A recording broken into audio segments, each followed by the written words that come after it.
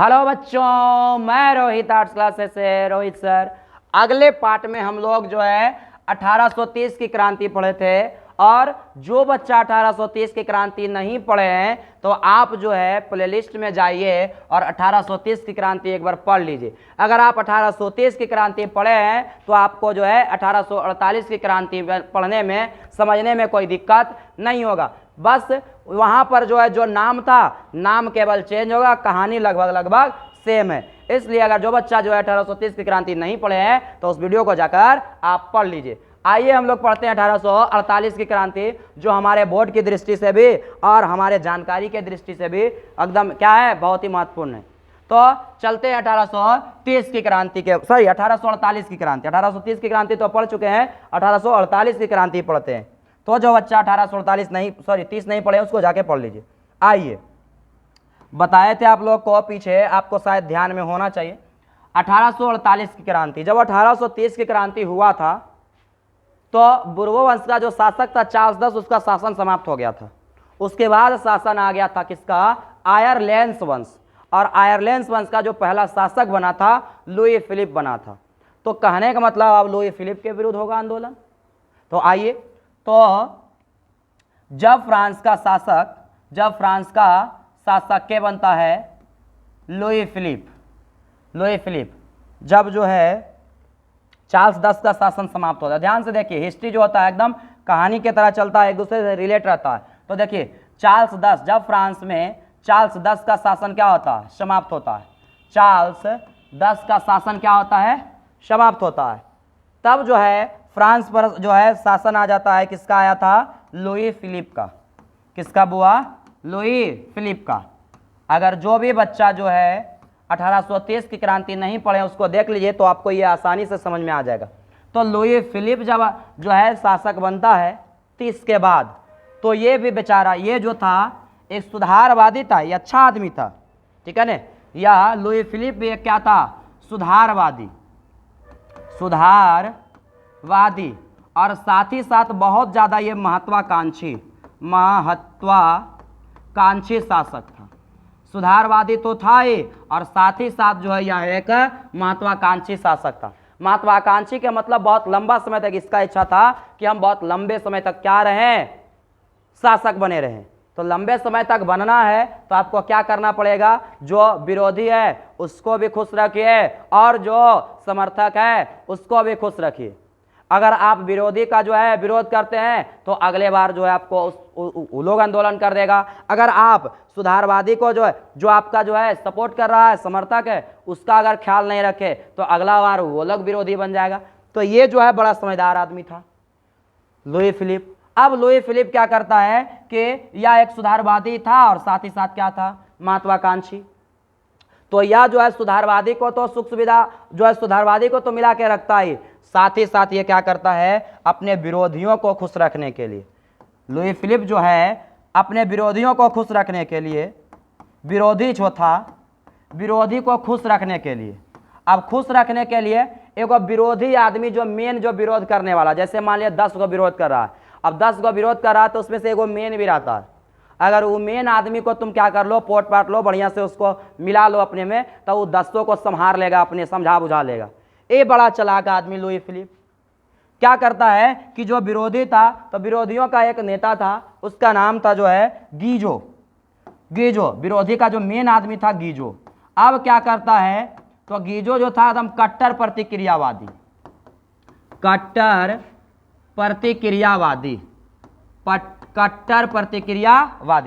अब जो है कट्टर प्रतिक्रियावादी, तो प्रतिक्रियावादी का नेता जो था गीजो, अब क्या करता है, इसी को बना देता है प्रधानमंत्री। ये बना लेता है कौन, ये बना लेता है लुई फिलिप गीजो को क्या, प्रधानमंत्री। अब जब गीजो को प्रधानमंत्री बना लेता है तब विरोधी भी क्या करेगा, इसका समर्थन करेगा, क्योंकि जब देख रहा है कि हमारा आदमी ही विरोधी को लगेगा कि हमारा ही आदमी तो क्या है, प्रधानमंत्री, तो अगर विरोध करेगा भी तो गीजो उसको संभाल लेगा। अब सुनिए ध्यान से, तो चार्ल्स दस का जैसे ही फ्रांस में चार्ल्स दस का शासन समाप्त होता है तो फ्रांस में शासन आ जाता है लुई फिलिप का। और लुई फिलिप जो था एक सुधारवादी और बहुत ही महत्वाकांक्षी शासक था। या जो है अपने विरोधियों को खुश रखने के लिए अपना प्रधानमंत्री गीजो को नियुक्त कर लेता है। जो कि एक कैसा था, एक कट्टर प्रतिक्रियावादी व्यक्ति था। और यह गीजो जो था देश में जो है कोई सुधार एकदम लाना नहीं चाहता था।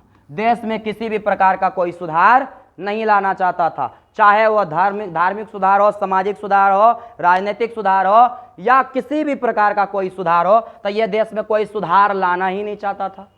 नली गली चाहे कुछ भी हो, आम जनता मरे तो मरे, लेकिन यह सुधार लाने के कोई भी पक्ष में नहीं था। मतलब सुधार बिल्कुल भी नहीं लाना था, एकदम कट्टर एकदम। अब क्या होता है, और साथ ही साथ ये क्या होता है कि विदेश नीति में बार बार ये असफल होता है, बार बार असफल हो जाता है। देखो कोई भी देश होता है तो उसका जो है विदेशों से संबंध होता है, चाहे वह क्या हो, व्यापारिक संबंध हो या तो फिर किसी भी प्रकार का कोई संबंध हो, या तो फिर किसी चीज का लेन देन का ही संबंध हो, या तो फिर युद्ध का संबंध हो, या फिर समर्थन का संबंध हो। तो ये क्या हो रहा था, विदेशी नीति में बार बार असफल। और जब विदेशी नीति में बार बार असफल हो रहा था तो होता क्या है कि देश में कोई सुधार नहीं ला रहा है, बार बार जो है विदेशी नीति में असफल हो रहा है। साथ ही साथ जो है ये भी क्या करता है, शक्तिशाली वर्ग के लोगों को विशेष अधिकार भी देता है। विशेष अधिकार, शक्तिशाली वर्ग के लोगों को विशेष अधिकार भी देता है, जिसके वजह से क्या होता है कि देश में जो है गरीबी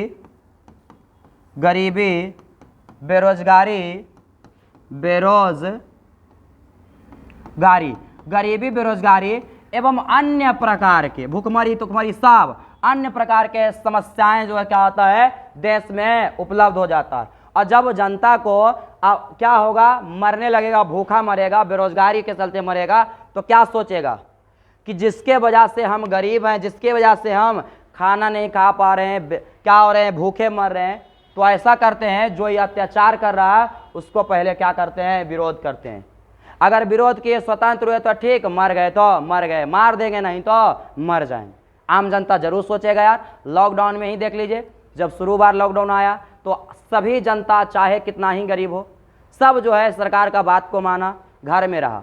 लेकिन जैसे ही दूसरा बार जब आया क्या आपका फिर से लॉकडाउन जब मोदी जी लाए, तो क्या किया कि जो अमीर थे तो चलो उनको तो दिक्कत नहीं था, घर में रहे, लेकिन जो गरीब बेचारा जो रोज कमाने खाने वाला था वो भूखल मर सकता था, और नहीं तो फिर पुलिस से मर सकता था, या तो पुलिस मार सकते थे या खुद भूखे मर सकता था।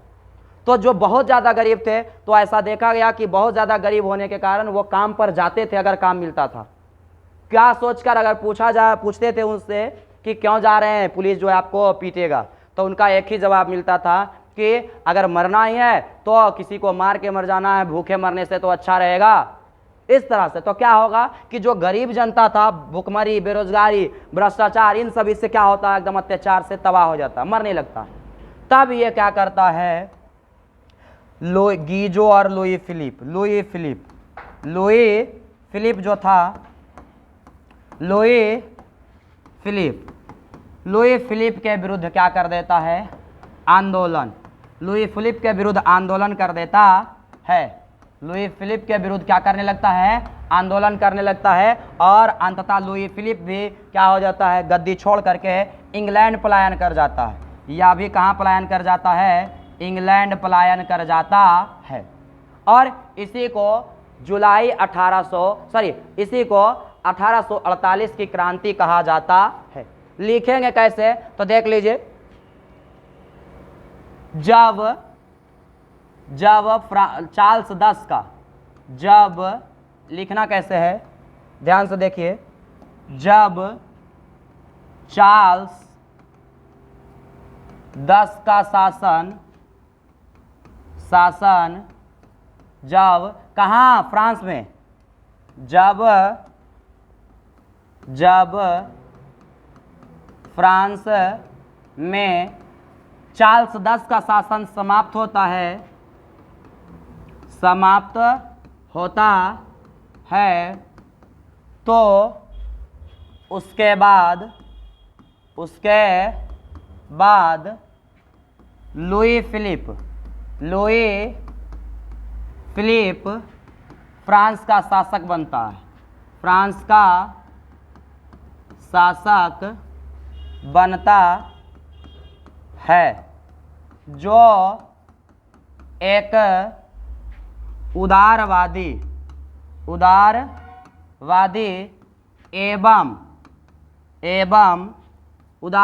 एवं बहुत ही महत्वाकांक्षी शासक था। बहुत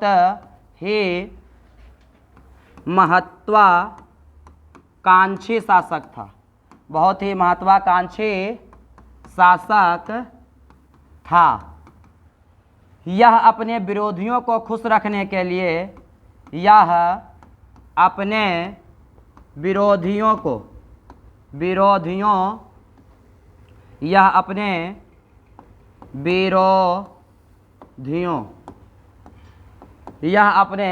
विरोधियों को खुश रखने के लिए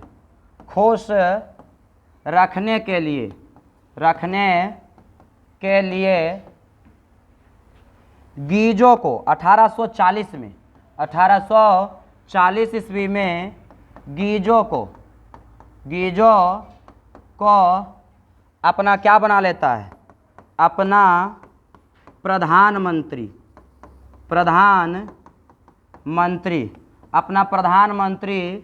नियुक्त करता है। गीजो जो कि नियुक्त करता है, गीजो लिखो, ऐसे लिखेंगे, गीजो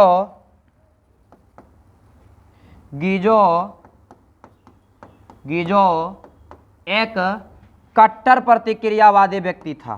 एकदम कट्टर। गीजो एक कट्टर प्रतिक्रियावादी व्यक्ति था। यह देश में किसी भी प्रकार का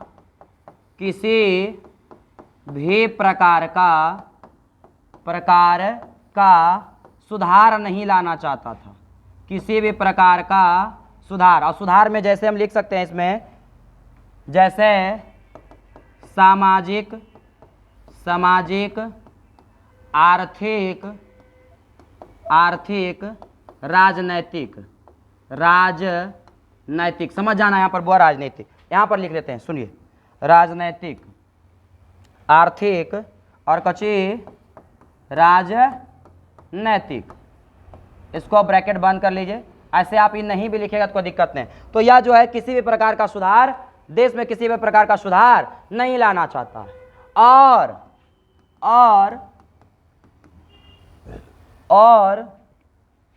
और क्या करता है, यह भी क्या करता है, शक्तिशाली वर्ग के लोगों को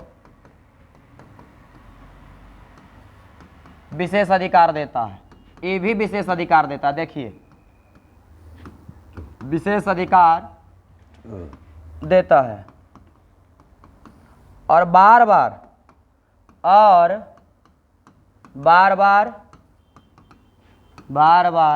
क्या हो रहा था, विदेश नीति में, मतलब विदेश से कैसे संबंध स्थापित करना है, विदेश नीति में, और बार बार विदेश नीति में असफल हो जाता है,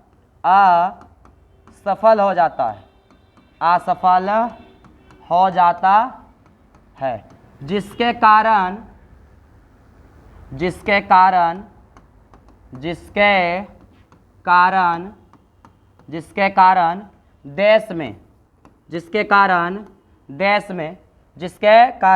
देश में गरीबी, बेरोजगारी और भुखमरी,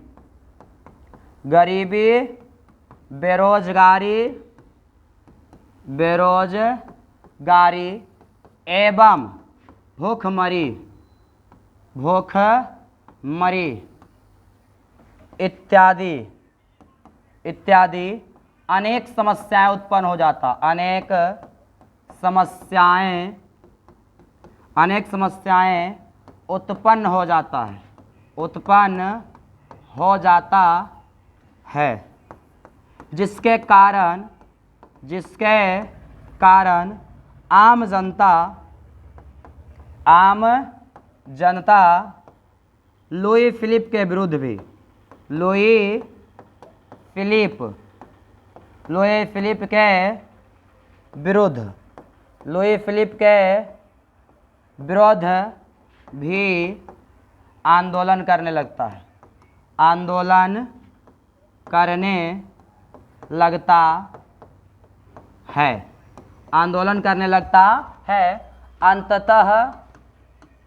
अंततः लुई फिलिप भी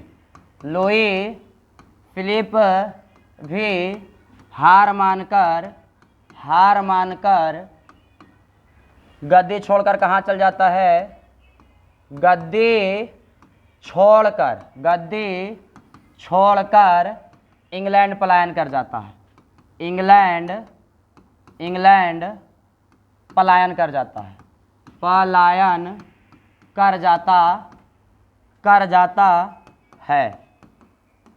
पलायन कर जाता है।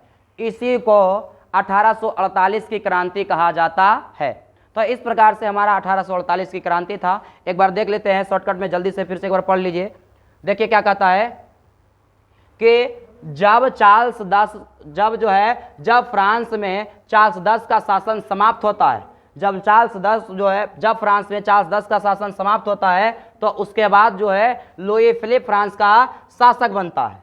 लुई फिलिप जो है क्या होता है? शासक बन जाता है फ्रांस का, और जो एक उदारवादी एवं बहुत ही महत्वाकांक्षी शासक था। इसका मतलब तमन्ना था कि बहुत लंबा समय तक शासन करे, और यह जो है अपने विरोधियों को खुश रखने के लिए 1840 में गीजो को अपना प्रधानमंत्री नियुक्त करता है। और गीजो एक कट्टर प्रतिक्रियावादी व्यक्ति था। यह देश में किसी भी प्रकार का कोई सुधार नहीं लाना चाहता, एकदम नहीं सुधार लाना चाहता था, जिसके वजह से और फिर क्या करता है? शक्तिशाली वर्ग के लोगों को भी विशेष अधिकार देता है। फिर बार बार विदेशी नीति में असफल हो जाता है, जिसके कारण देश में गरीबी, बेरोजगारी और भुखमरी, ये सभी समस्याएं जो है बढ़ जाता है। ऐसा कई सारी समस्या, और इस प्रकार से फिर लोग जो है क्या करने लगते हैं? वहाँ जो है लुई फिलिप के विरुद्ध आंदोलन करने लगते हैं। इसे ही क्या कहते हैं? 1848 की क्रांति कहते हैं। इस प्रकार से हमारा 1848 की क्रांति समाप्त हो जाता है। अगले टॉपिक में हम लोग इटली के एकीकरण के बारे में पढ़ेंगे। तो चलिए, अगर वीडियो अच्छा लगा हो तो इस वीडियो को लाइक, सब्सक्राइब और अधिक से अधिक शेयर करें,